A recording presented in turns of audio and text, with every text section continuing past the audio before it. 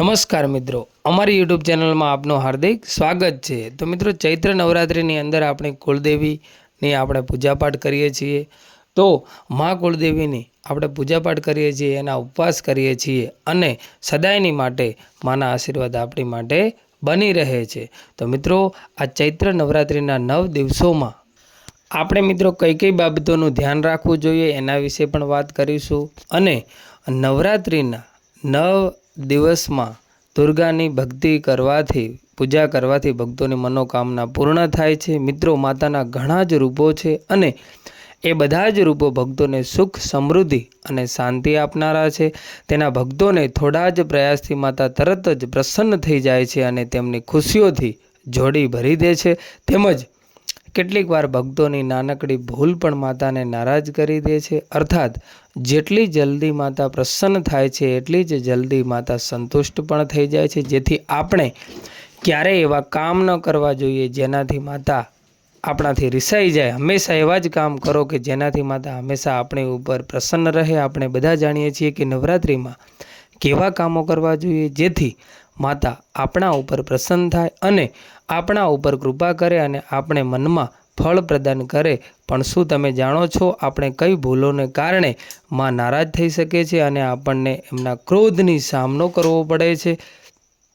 તો મિત્રો, આજના વિડીયોમાં આપણે જાણીશું શાસ્ત્રોમાં બતાવેલા એ કામો વિશે જેને નવરાત્રિના 9 દિવસ કરવા અશુભ માનવામાં આવે છે। જેમ કે નવરાત્રિના 9 દિવસોમાં માસિક ધર્મવાળી સ્ત્રીઓને કઈ વાતનું ધ્યાન રાખવું, આ 9 દિવસોમાં શારીરિક સંબંધ બનાવવાથી શું થાય, એક બધા જ કાર્યોને જાણવા માટે તમે અમારા વિડીયોમાં લાસ્ટ સુધી બન્યા રહેજો।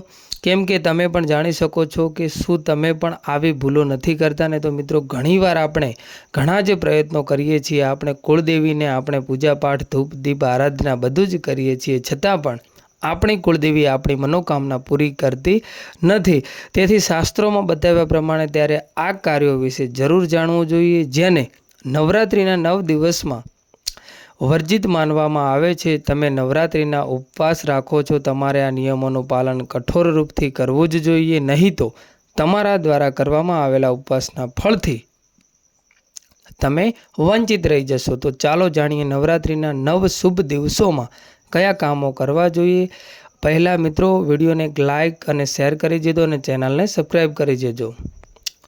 તમે ચાહો છો કે તમારી કુળદેવી તમારા બધા જ મનોકામના પૂરી કરે માટે તમે અમારી કોમેન્ટ બોક્સમાં તમારી કુળદેવીનું નામ અવશ્ય લખી દેજો। ચાલો જાણીએ આપણે નવરાત્રિમાં આપણે કયા કાર્યો ન કરવા જોઈએ। તો સૌથી પહેલી અને મહત્ત્વપૂર્ણ વાત એ છે કે માં દુર્ગા તમને તેમનું વ્રત રાખવાનું અને પૂજાપાઠ કરવા માટે ક્યારેય જબરજસ્તી નથી કહેતી, પરંતુ જો તમે કરી રહ્યા છો તો સંપૂર્ણ શ્રદ્ધા ભાવથી અને વિશ્વાસથી કરો। માતાની આરાધના કરતાં મનમાં કોઈ પણ પ્રકારની શંકા, દુર્ભાવના ન રાખવી જોઈએ, કેમ કે જે મનમાં શંકા અને દુર્ભાવના હોય છે એ મનુષ્ય શાંત ના હોઈ શકે અને અશાંત મનથી પૂજા કરવાથી કોઈ પ્રકારનો અર્થ નથી। મનમાં માના પ્રતિ હંમેશા સન્માનની ભાવના રાખો અને પૂરા મનથી નવરાત્રિના વ્રતનું પાલન કરો, તો જ તમને આ વ્રતનું સંપૂર્ણ પુણ્ય ફળ પ્રાપ્ત થશે। બીજી વાત, નવરાત્રિમાં કોઈ પણ પ્રકારના અપશબ્દો અથવા ગાળો અથવા કોઈના માટે ઈર્ષા જેવી વાતો મોઢામાંથી ન નીકળવી જોઈએ, કેમ કે જે મોઢામાંથી આપણે માતાનું નામ અને સ્મરણ, મંત્ર, જપ અને આરતી કરીએ છીએ, તેથી મોઢામાંથી નીકળતા શબ્દો પવિત્ર હોવા જોઈએ। અપશબ્દ બોલીને માની પૂજા કરવાથી માતા ક્રોધિત થાય છે અને તેનું ખરાબ પરિણામ ભોગવવું પડે છે।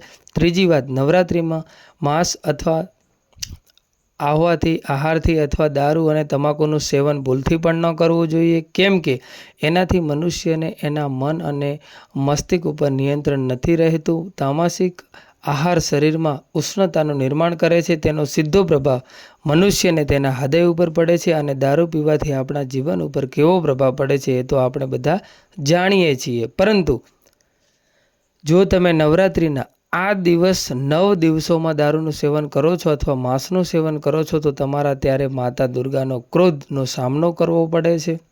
અને ચોથી વાત, દ્વાર ઉપર આવતા કોઈ ભિક્ષુક કે કન્યાનું અપમાન ન કરવું જોઈએ। જો નવરાત્રિમાં તમારા દ્વારા ઉપર કોઈ ભિક્ષુક અથવા કન્યા આવે તો એને ખાલી હાથે ન જવા દેવી જોઈએ. કન્યા જે સાક્ષાત માતાનું જ રૂપ હોય છે, તેથી તેને ખાલી હાથે મોકલવાથી માનું જ અપમાન થાય છે. સાથે જે દ્વાર ઉપર ઊભેલા ભિક્ષુકને પણ રોટલી જરૂર ખવડાવવી જોઈએ. નવરાત્રિના દિવસોમાં ઉપર આવેલી ગાય માતાને સાક્ષાત લક્ષ્મી માનવામાં આવે છે. પાંચમી વાત, નવરાત્રિના 9 દિવસોમાં વાળ ન કપાવવા જોઈએ, દાઢી પણ ન કરાવવી જોઈએ અને નખ પણ ન કાપવા જોઈએ. કેમ કે નખ વધારવામાં આપણા શરીરની ઉર્જાનો પ્રયોગ આપણે કરીએ તો પણ આપણા દુઃખનો સામનો કરવો પડે છે અને આ કારણથી જ નવરાત્રિના દિવસોમાં વાળ અને નખ આપવાનું વર્જિત માનવામાં આવ્યું છે. અને છઠ્ઠી વાત, નવરાત્રિમાં જો તમે માતાનું વ્રત રાખો છો, તમારે ચામડાની વસ્તુઓ જેવી કે બેલ્ટ, પર્સ વગેરે જેવી ચીજોથી બચવું જોઈએ. કેમ કે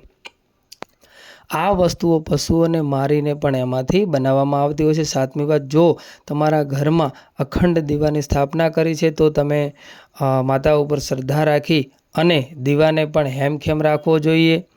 અને સન્માનનું પ્રતીક છે. આ કોઈ જાનવર અથવા બાળકને ભૂલથી પણ પડી જાય તો એને અપશુકન માનવામાં આવે છે. ત્યાં માતા બિરાજમાન હોય છે અને સળગતો દીવો ત્યાં પડી જાય તો ઘરમાં આગ લાગવાની પણ સંભાવના બની રહે છે. આઠમી વાત, માતાનું નામ સ્મરણ, પાઠ, મંત્ર, જપ, તપ, શ્રદ્ધા, ભક્તિ અને નિયમની સાથે કરવું જોઈએ.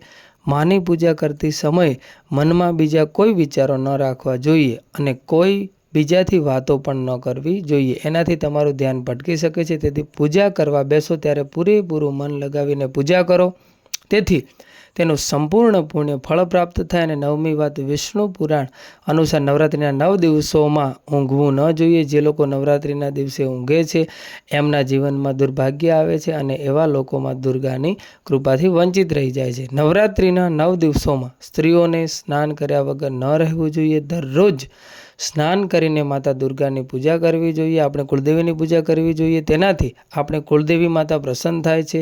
અને 10મી વાત, માસિક ધર્મ દરમિયાન મંદિરમાં માના કળશ પાસે અથવા માની પૂજા પાસે ભૂલથી પણ ન જવું જોઈએ. તેનાથી માતા ક્રોધિત થાય છે. 11મી વાત, નવરાત્રિના 9 દિવસોમાં શારીરિક સંબંધ બનાવવા વર્જિત માનવામાં આવે છે. નવરાત્રિ દરમિયાન જે વ્યક્તિ મૈથુન કરે છે અથવા શારીરિક સંબંધ બનાવે છે એ વ્યક્તિ અપવિત્ર થઈ જાય છે અને મા દુર્ગાની કૃપાથી વંચિત રહી જાય છે. તેથી નવરાત્રિમાં શારીરિક સંબંધ બનાવવા વર્જિત માનવામાં આવે છે. તેથી તમારે પણ આવી ભૂલો ન કરવી જોઈએ.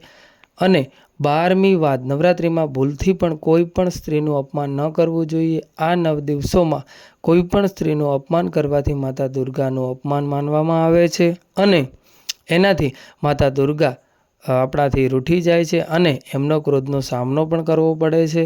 તો મિત્રો, તમે પણ આવી ભૂલોથી બચજો અને આવી ભૂલો ન કરતા. તો દોસ્તો, તમે પણ આ નવરાત્રિ દરમિયાન આ વાતોનું ખૂબ જ ધ્યાન રાખવાનું છે અને આવી ભૂલો ન કરતા. તમે માં દુર્ગાને માનો છો તો કોમેન્ટમાં જય માં દુર્ગા અને માં કુળદેવીનું નામ અવશ્ય લખજો. તો મિત્રો, આવી જ રીતે અવનવા વિડીયો જોવા માટે અમારી ચેનલને લાઇક, શેર અવશ્ય કરી લેજો. જય માતાજી.